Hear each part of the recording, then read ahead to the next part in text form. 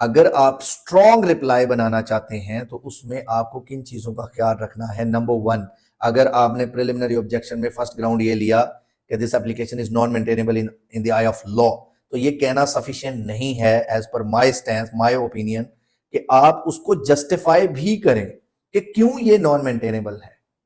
कि non maintainability में जैसे फॉर एग्जांपल नॉन मेंटेनेबल है, क्यों नहीं है, आगे आप बताएं कि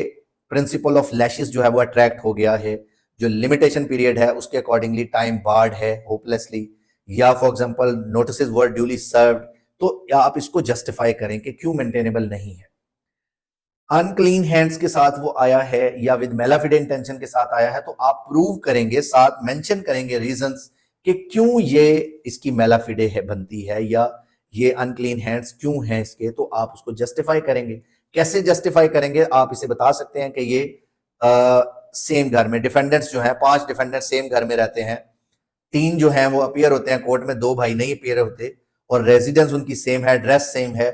तो देन कंसीडर किया जाएगा कि उसको पर्सनल नॉलेज था हियरिंग का। आप कहेंगे कि इसको पर्सनल नॉलेज था,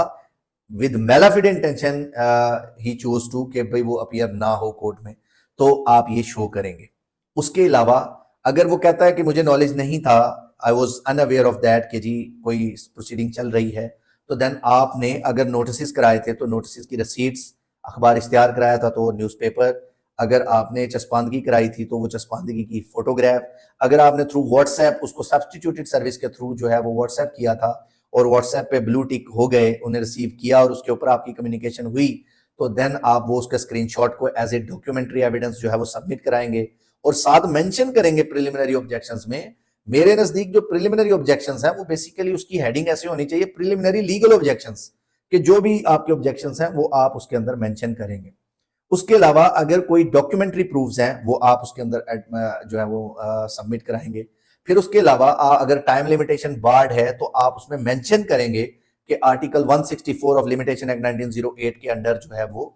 जो time period, statutory period provided है 30 डेज, वो गुजर चुका है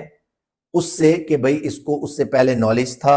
इसको नोटिस वर ड्यूली सर्व्ड, पर्सनल नॉलेज भी था,